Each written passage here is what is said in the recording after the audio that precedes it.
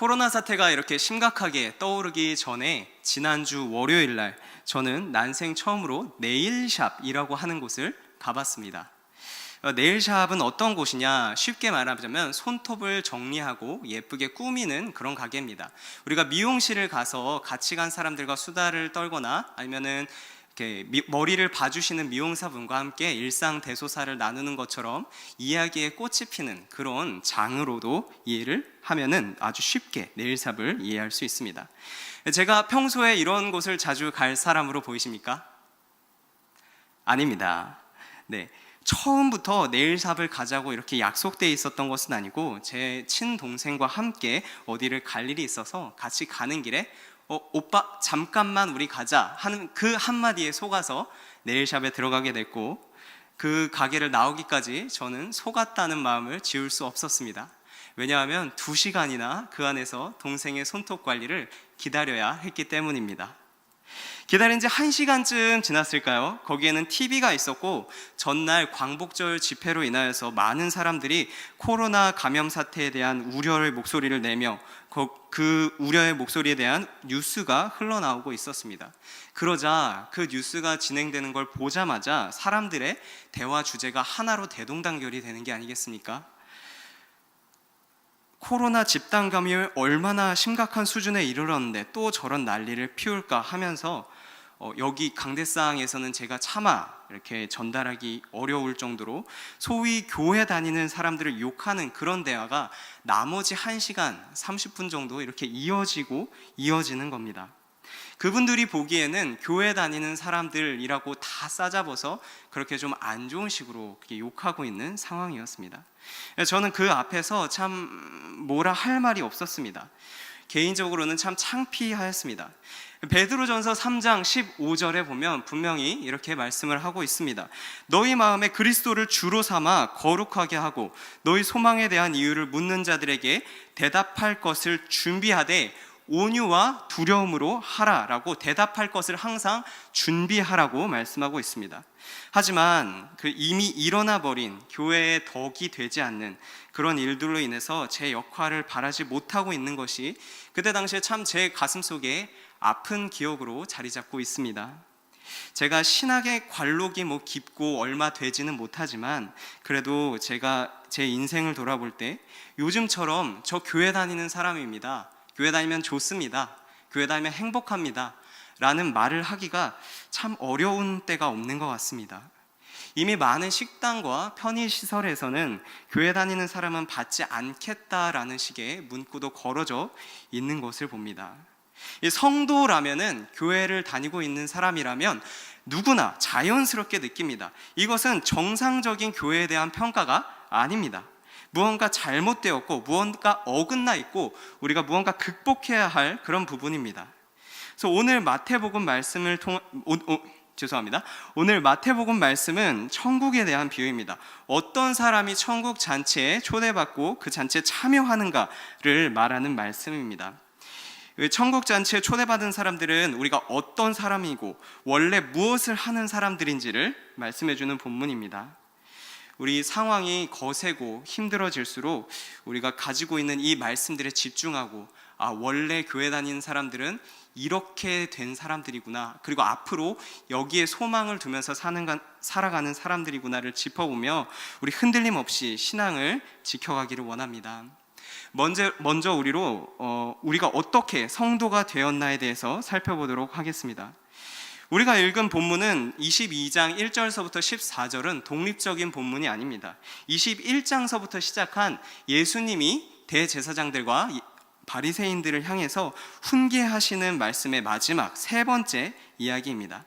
당시의 대제사장과 바리새인들은 굉장한 사회의 권위자였습니다. 스스로 성경을 누구보다 많이 안다고 생각했고, 그리고 그 권위에 근거해서 그 사회의 규칙을 만들어가는 사람들이었습니다. 그래서 1절에 보면 상인들에게 돈을 받고 성전 안에서 장사를 하게 허락해 주는 것도 대제사장들과 바리새인이 하였습니다. 그런데 예수님께서 갑자기 오셔서 그거 아니다 라고 다 뒤엎고 있는 것이죠. 그리고 얼마 뒤 예수님이 사람들을 가르치고 있을 때에 와서 물어봅니다. 너는 어떤 권위로 이 일을 하느냐? 누가 너에게 이러한 권위를 주었느냐고 말입니다. 보통 예수님께 뭔가 더 배우고 싶은 사람은 이런 말을 하지 않습니다. 그 반대입니다. 쉽게 얘기하면 너는 누구한테서 배웠느냐? 너가 나보다 율법을 잘 아느냐? 너가 나보다 하나님을 잘 아느냐? 그거는 아닌 것 같은데 너는 나에게 와서 아직은 좀 더 배워야 할 부분이 있지 않느냐? 너는 나보다 권위가 더 낮지 않느냐? 이런 말을 하고 싶은 것입니다. 예수님의 권위를 인정하기 싫고 삶에서 예수님의 영향력을 지워버리고 나의 권위를 세우고 나의 유익을 높이고 싶은 사람들이 주로 하는 말입니다.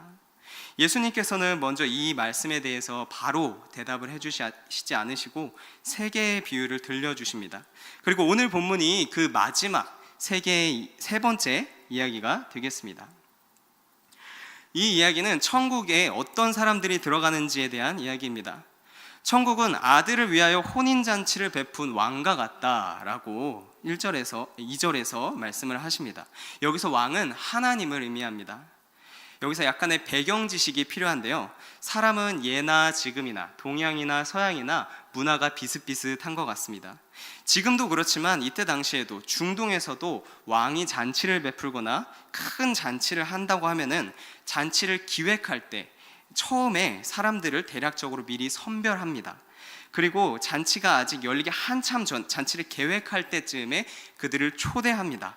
내가 이런 좋은 일이 있는데 잔치에 오셔서 이렇게 자리를 빛내주실 수 있습니까? 물어보면 잔치에 초대받은 사람은 네, 제가 갈 수 있습니다. 아니면 제가 그날은 어찌어찌하여서 못 가겠습니다. 이렇게 찬성할 수 있는 여부를 알려주게 됩니다. 그렇게 집계된 인원수를 가지고 우리가 음식을 얼마나 많이 할지, 얼마나 성대하게 이 잔치를 준비할 것인지를 결정하게 됩니다. 그리고 이렇게 첫 번째 초대가 끝난 그 다음에 잔칫날이 가까이 되었을 때쯤에 두 번째 초대를 보냅니다.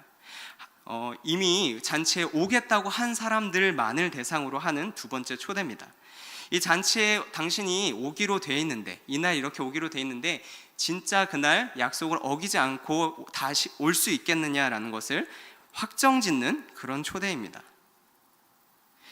그리고 마지막 잔치 당일이 되면 사람을 보내서 세 번째 초대를 보내지요. 잔치로 에스코트하기도 하고 잔치에 온 사람을 환영해 주기도 합니다. 우리 22장 3절은 이 두 번째 잔치를 말하고 있는 것입니다. 이미 잔치에 초대를 받았고 왕의 잔치에 오겠다고 일전에 대답을 준 사람들을 대상으로 다시 한번 정말로 오겠습니까? 라고 물어보는 것입니다. 그런데 어째서일까요? 이 사람들은 갑자기 잔치에 오기를 굉장히 싫어합니다. 여기까지만 해도 거절하는 것이 아니라 싫어하는 것만 해도 굉장한 무례한 그런 거절입니다. 그러나 왕은 그 무례한 거절에도 무릅쓰고 한 번 더 사람을 더 보내서 간곡하게 부탁을 합니다. 내가 당신들을 위하여 좋은 것들을 준비하였으니 어서 잔치에 오소서라고 말입니다. 사실 왕의 잔치에 초대받는 일은 보통 아주 큰 영광입니다. 세상의 권력가와 함께 연을 쌓을 수 있고 그 자기의 연주를, 자기의 힘을 과시할 수 있는 그런 기회이기도 하기 때문입니다. 이것은 엄청난 특혜입니다. 성경에도 이를 드러내주는 본문이 아주 많은데요. 에스더를 예로 들어서 설명해 보겠습니다. 에스더 5장에 보면 에스더 왕비가 잔치를 열고 왕과 하만 그 둘만 초대를 합니다. 하만은 이것을 자기의 인지도로 보고 내가 한 나라에서 이 정도로 잘 나가는 사람이구나 라고 바로 파악을 한 다음에 잔치가 끝난 다음에 친구들과 가족들 앞에서 이것을 자랑하고 자신의 영광으로 삼습니다. 또한 혼인잔치에 참석한다는 것은 나는 확실한 당신의 편입니다 라는 신뢰를 심어주기에 너무 좋은 기회이기도 합니다. 이것이 왕과 같은 세상의 권력자들의 잔치라면 당연히 참석하는 것이 이득이 됩니다. 잔치를 여는 그 대상의 즐거움을 나도 함께 기뻐해 주겠다라는 것만큼, 그 사람의 기쁨과 슬픔을 함께 해주겠다는 것만큼 그 사람들이 신임을 얻기가 쉽기 때문입니다. 이런 자리를 이 세상의 모든 힘의 중심인 왕이 먼저 제안했으니 보통은 왕의 부와 명예에 올라탈 기회로 삼고 기뻐하면서 응하는 것이 매우 정상적인 반응입니다. 그러나 예상과는 다르게 초대받은 사람들은 모두 왕의 간곡한 이런 부탁에도 불구하고 한 번 더 거절하고 맙니다. 그냥 거절하는 것이 아니라 돌아보지도 않고 자기 일을 하러 가고, 심지어 일부는 초대하러 온 사람들을 잡아서 욕하고 또 일부는 죽이기까지 했다고 말합니다. 이것은 매우 극단적인, 적극적인 거절을 의미합니다. 그냥 어쩌다가 보니 내가 그 잔치에 참여하기로 약속은 했지만 죄송합니다, 사정이 생겼습니다, 이래 해서 내가 피치 못하게 못 가게 되었습니다가 아니라 적극적으로 나는 당신의 기쁨에 함께 동참할 수 없습니다 라고 반기를 드는 것에 가깝습니다. 예수님의 비유를 듣던 대제사장들과 바리새인들이 바로 여기에 속합니다. 일찍이 복음을 알았지만 요한이 말한 것처럼 회개하라, 천국이 가까이 왔느니라 라고 말할 때 겸손히 자기 마음을 낮추어서 회개하지도 않고 오히려 자기의 일과 권위를 찾아 나선 사람들이 바로 이런 사람들이었죠. 하나님이 누구인지도 알고 하나님의 즐거움에 함께 참여한다는 것이 어떠한 것인지도 알지만 하나님의 일보다, 하나님의 즐거움보다 자기의 일을 보러 가야 했고 자기의 유익을 좀 더 관리해야 했기 때문에 함께하지 않는다는 것입니다. 이런 사람들도 하나님께서 다 끝까지 용서하고 억지로라도 끌고 가서 함께 잔치에 참여했으면 좋겠지만, 예수님이 말씀하시는 적극적으로 반기를 든 사람의 이런 말로는 굉장히 비참합니다. 7절에 보니 임금이 노하여 군대를 보내어 그 살인한 자들을 진멸하고 그 동네를 불사르고 라고 나와 있습니다. 하나님의 즐거움에 함께하기를 정말 열심히 거부한 자들에게는 이렇게 소망이 없는 것입니다. 9절에 보니 왕은 이제는 네거리 길에 가서 만나는 대로 사람들을 다 왕의 잔치에 초대합니다. 지금이야 길이 워낙에 많고 잘 닦여져 있고 사거리가 많지만 이때 당시에, 옛날에는 인구 밀도도 낮고 잘 닦여진 길도 없었기 때문에 사거리라고 하면 일반적으로 번화가, 사람이 많은 곳을 의미했습니다. 이제는 사람들이 많은 곳에 가서 너나 할 거 없이, 조건 없이 모든 사람들이 왕의 잔치에 초대를 받게 된 것입니다. 이것은 왕이 보내는 일방적인 초대입니다. 내가 왕에게 허락을 구하고 잔치에 가도 되겠습니까?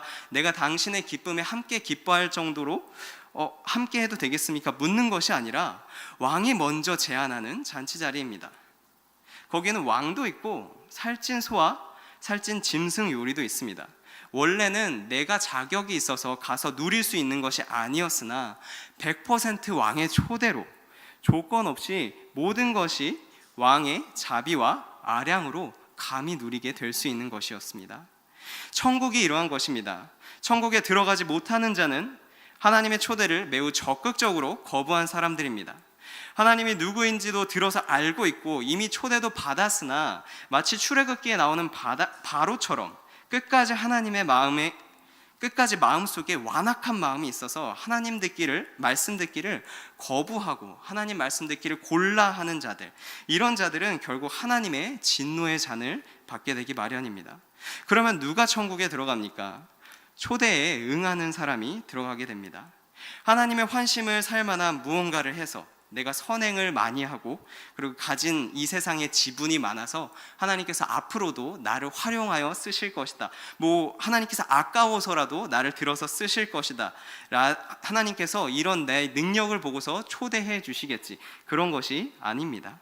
오히려 엄격한 잣대로 보면 모두가 마땅한 자격이 안 되었던 사람들이 왕의 초대로 천국에 들어가게 됩니다. 우리 로마서 5장 6절에서 11절이 이 말씀을 참 잘 담고 있는데요, 제가 한번 읽어드리도록 하겠습니다. 우리가 아직 연약할 때 기약대로 그리스도께서 경건하지 않은 자를 위하여 죽으셨도다. 의인을 위하여 죽는 자가 쉽지 않고 선인을 위하여 용감히 죽는 자가 혹 있거니와, 우리가 아직 죄인 되었을 때에 그리스도께서 우리를 위하여 죽으심으로 하나님께서 우리에 대한 자기의 사랑을 확증하셨느니라.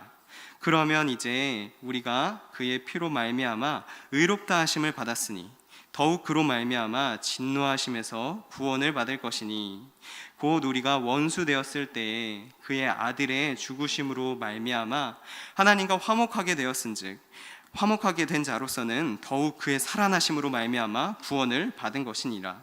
그뿐 아니라 이제 우리가 화목하게 하신 우리 주 예수 그리스도로 말미암아 하나님 안에서 또한 즐거워하느니라. 아멘.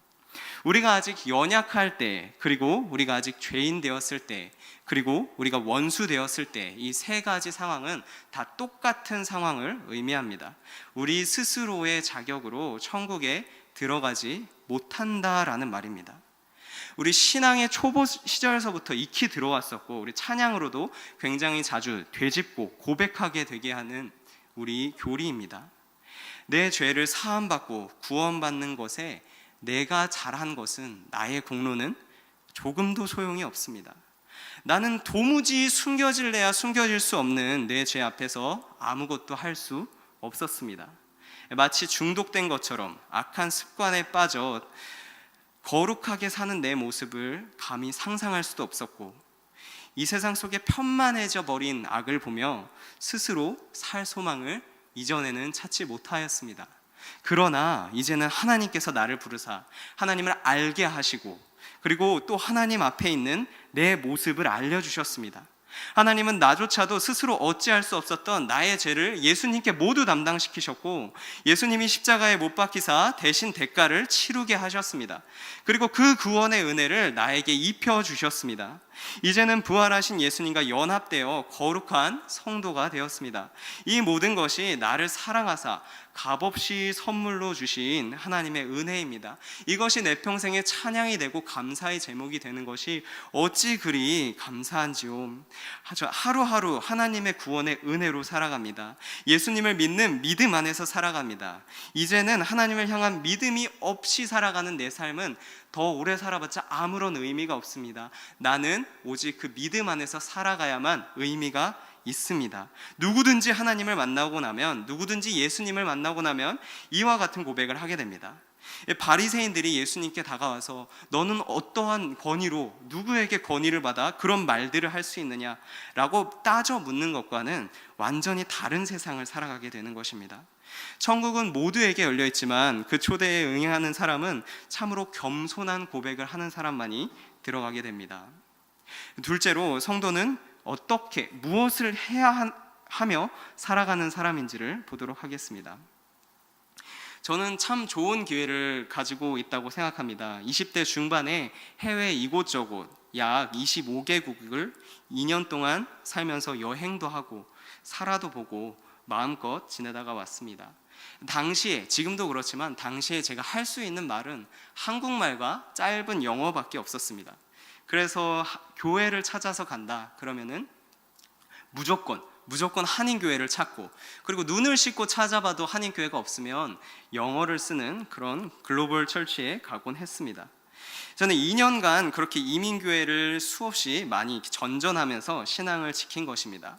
그렇게 이민교회를 보면서 한 가지 발견한 것이 있는데, 그것은 바로 이민교회는 이민교회가 줄 수 있는, 한인교회만이 줄 수 있는 너무나 뚜렷한 실질적인 도움이 있다라는 것입니다.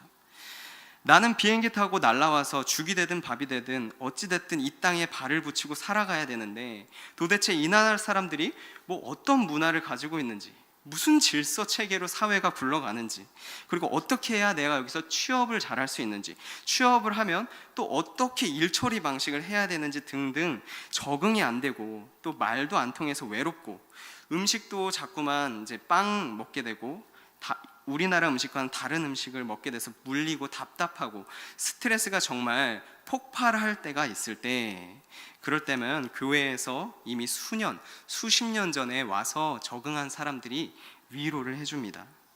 따뜻한 밥상에 쌀밥에 김치도 갖다 주고, 그리고 외로운 마음을 위로해 주기도 하고, 도대체 이 나라 사람들은 어떻게 이렇게 생각할 수 있는 건지, 너무 매정하다, 어떻게 이렇게 할 수 있냐라고 하는 상처받은 것들을 늘 이제 항구처럼 든든하게 들어주면서 위로해주는 버팀목의 역할도 되어줄 수 있습니다. 실제로 한 교회 목사님은 설교 시간에 갑자기 이제 장례가 났을 때, 갑자기 어떤 사람에게 불행이 닥쳤을 때 누가 그 사람을 찾아가서 위로해주고 힘이 되어줄 수 있겠습니까? 바로 교회가, 우리들이 되어줄 수 있지 않겠습니까? 이런 것들을 어디 세상에 가서 찾아줄 수 있겠습니까? 이것이 바로 교회의 자랑입니다 라고 말씀하시곤 하셨습니다. 그러나 건강한 교회들은 그 교회의 이 강력한 자랑거리들을 스스로 절제하는 모습을 보이곤 합니다. 교회는 본질적으로 예수님을 머리로 삼는 그런 신앙 공동체이기 때문입니다. 교회에서 계속 이 땅에서 어떻게 하면 잘 살아갈 수 있는지, 세상 사람들은 왜 이렇게 살아갈 수밖에 없는지, 여행은 어디로 가면 재밌게 갔다 올 수 있는지, 그런 여행 정보만 주고받고 힘들지 않게 교제만 하면 그 교회가 잘할 수 있고 확실히 도움이 되는 것들이지만, 그런 것만 하면 하나님 없는 교회로 변질되는 것이 순식간이기 때문입니다. 일반 이민 커뮤니티, 일반 이민 동아리는 기가 막히게 어쩜 그렇게 처음부터 끝까지 사람을 보고서 뭉치고 사람을 보고서 헤어집니다. 내가 저 사람이 좋으면 가고, 내가 기존에 있는 그 모임에서 더 입지를 쌓을 수 있거나 저 사람을 견제할 수 있거나 밀어낼 수 있구나, 그러면 열심히 기싸움을 합니다. 그리고 그도 안 되면 내가 알아서 내 발로 벗어나곤 합니다. 그러나 교회는 이와는 완전히 다른 공동체입니다. 교회는 내 삶의 유익을 위하여, 내 외로움을 달래거나 입지를 다지기 위하여서 모이는 곳이 아닙니다. 하나님이 주인이 되어 그 앞에 하나님이 부르셔서 내가 여기에 감히 올 수 있었습니다, 겸손한 고백을 드리는 곳입니다. 이전과는 완전히 다른 가치관을 가지고 심지어 신앙을 위해서 내 삶의 유익을 깎기까지 하나님의 사랑에 굴복하는 사람들이 모여 있는 것입니다. 이 정체성이 이 마태복음 뒤에 나오는 예복과 연관됩니다. 왕이 잔치를 열고 이제는 모든 사람들을 다 불러 모읍니다. 왕의 종들은 명령대로 이렇게 모든 사람들을 잔치로 다 데려왔고, 잔치집엔 손님들로 가득가득 차게 됩니다. 근데 거기엔 예복을 입지 않고 나온 손님이 있었다고 합니다. 왕이 그 앞에 갑니다. 친구여, 우리나라 말로 하면 자네, 그렇게 편하게 부르는 말입니다. 친구여, 어찌하여 예복을 입지 않고 여기 들어왔느냐? 아무 말도 하지 못합니다. 그러자 왕이 그 사람의 손발을 묶어 어두운 곳으로 내쫓으라고 말을 합니다. 잔치에 초대받는 것은 너무너무나 기쁜 일입니다. 그러나 잔치에 초대받는 사람은 그냥 왕국에 들어가는 것만을 생각해서는 안 됩니다. 왕국에 들어온다는 것은 왕궁 안에서 통용되는 잔치를 한다고 했을 때 그 격식을 지켜서 그 잔치에 입장하는 것까지를 생각하고 들어가야 됩니다. 이것이 굉장히 어려운 얘기가 아닙니다. 우리도 일반적으로 결혼식에 갈 때 그렇게 생각을 하고 갑니다. 결혼식에 초대받은 사람은 정말로 결혼식에 갈 생각만 하고 가지 않습니다. 결혼식에 가면서 그냥 내 몸뚱아리만 거기 있으면 뭐 아무래도 상관없겠지, 뭐 나머지는 신경 안 써도 되겠지라고 생각하는 사람은 아무도 없습니다. 정상적인 성인이라면 반쯤 본능적으로 결혼식은 준비해서 가는 곳이다, 그리고 어떻게 준비해야 되는지를 물어봅니다. 그곳의 분위기에 맞게 옷차림, 말투, 행동거지 모두를 절제하면서 그 결혼식의 주인공에 맞춰주는 모습을 보여야만 합니다. 남이 잔치에 왔는데 와서 분위기 못 맞추는 사람만큼 민폐인 경우도 많이 없는 것 같습니다. 마찬가지로 천국에 들어갈 사람은 자기가 어디를 가는지 알고 준비하여야만 합니다. 이것이 신자가 앞으로 하나님을 더 힘써 알아가야 하는 이유입니다. 여기서 질문이 생길 수 있습니다. 하나님은 우리의 있는 그대로의 모습을 사랑해 주시는 거 아닙니까? 우리의 있는 그대로의 모습을 보시고 구원을 베풀어 주시는 거 아니셨습니까? 갑자기 왜 그러십니까? 하나님을 믿기만 하면 나머지는 하나님이 다 알아서 해주시는 거 아니었습니까? 갑자기 내쫓으신다고요? 성경에 나와 있는 예수님의 사역을 보면 이것이 아니라는 것을 알 수 있습니다. 예수님은 병자들을 보며, 죄인들을 보며, 창기들을 보며 불쌍히 여기셨고, 그들을 위해서 눈물을 흘리실 때도 있었고, 그들을 먹이시기도 하십니다. 그리고 그들과 함께 하시며 그들을 위로하시는 모습을 봅니다. 그들의 있는 그대로의 모습을 보시고 먼저 다가와서 사랑해 주신 것입니다. 그러나 그들을 무조건 부정하다 말하고 피해 사는 사람들, 방관자들과 달리 그들에게 다가와서 먹을 것을 주시고 병을 고쳐주시고 죄를 사해 주시는 사역을 해 가십니다. 예수님은 지금 단순히 좋은 이야기를 들려주고 그들을 공감하시는데 너희들 쭉 사랑한다라고 격려하시는데 그치는 분이 아니십니다. 그들의 삶을 근본적으로 바꾸고 변화시키기 위해서 이 땅에 내려오신 겁니다. 이처럼 우리는 매일 거룩한 삶을 살기 위해서 도전을 이어나가야만 합니다. 그리스도의 군사로서 하나님께 받은 말씀을 소중히 여기고 내 악함, 게으름, 분냄, 술 취함 등등과 같은 여러 세상의 도전들과 함께 싸워 나가야만 합니다. 이 과정은 어렵지만 분명한 목적을 가지고 있습니다. 내가 이후에 반드시 천국에 초대되었고 들어가야 할 예복을 준비해야 된다라는 소망이 있기 때문입니다. 천국에 들어갈 사람은 천국 백성으로서 성숙한 사람, 내가 천국에 들어가기 위해서 어떤 걸 준비해 가야 되는 소양을 갖춰야 되는 사람이겠구나라고 준비하는 사람이기 때문입니다. 참 안타깝게도 22장 우리가 나눈 본문 이후의 바리새인들은 이 이야기를 전부 듣고서 여전히 예수님의 권위를 인정하지 않는 듯한 모습을 보입니다. 예수님이 하나님의 아들인지 누구인지 잘 모르는 겁니다. 그리고 여전히 자신들의 이권을 지키기 위하여 예수님을 함정에 빠뜨리려는 그런 계획을 짭니다. 하나님을 사랑할 줄도 알고 하나님을 두려워할 줄도 알고 하나님이 우리에게 어떠한 것을 주셨는지도 아는 우리가 보기에 이 바리새인들이 얼마나 비참하고 불쌍하고 안타까워 보입니까? 바로 이 말에 공감하는 것이, 이 말에 동의하는 것이 우리 성도입니다. 우리는 다른 것이 믿음직스러워서 그리스도인이 된 것이 아닙니다. 믿음의 주요 또 온전케 하시는 이인 하나님이 그 하나님을 바라본다는 것이 우리 안에 자랑이 되고 그 안에서 받은 은혜가 나의 정체가 된다는 확신이 된다는 것이 소위 교회 다니는 사람입니다. 나는 믿음의 주요 온전케 하시는 이인 하나님을 바라보는 사람입니다.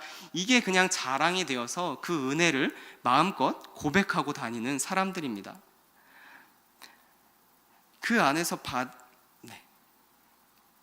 여기에는 이제껏 내가 뿌린 게 많아서 내가 앞으로도 교회 안에서 뭔가 자랑하고 할 수 있는 것이 많기에 그런 다른 이유가 섞이면 안 됩니다. 오직 하나님께서 나에게 주신 은혜가 있었기 때문에 내가 이렇게 나와서 기도하고 예배드리고 찬양할 수 있었습니다. 교회로 나올 수 있었습니다 라는 것입니다. 다만 이런 사람들은 천국 시민으로서 소망을 갖춰가기를 힘씁니다. 내가 하나님의 백성이면 하나님의 권위에 맞게 순종해야지, 나는 어떠한 모습으로 준비되어야 할까를 고민하게 됩니다. 눈에 보이는 열매를 맺기 위해서 주님을 신뢰하며 나아가게 된다면 하나님께서는 반드시 정하신 때에 그 열매를 맺게 하십니다. 이번 한 주도 나의 복잡하고 내 이상과 나의 신앙의 바램과는 너무 괴리된 삶 속에서 주시는 하나님의 음성을 들으려 고군분투하시는 성도님들이 계실 것 같습니다. 하나님 믿으면 마치 이렇게 될 것 같았는데 하나님께서 내 삶에 어떻게 역사해 주시고 다 고쳐주실 것만 같았는데 하나님은 어디 계십니까? 그리고 이런 상황 속에서 하나님 내가 어떤 것을 하기 원하십니까? 그렇게 간절히 찾고 부르짖는 성도님들이 계실 것입니다. 우리 울며 씨를 뿌리러 나간 자는 단을 가지고 기쁨으로 돌아오리라는 시편 말씀처럼 우리 기도 속에 힘을 얻고 은혜 주시는 하나님의 세미한 음성을 들으시기를 소망합니다. 자, 같이 기도하도록 하겠습니다.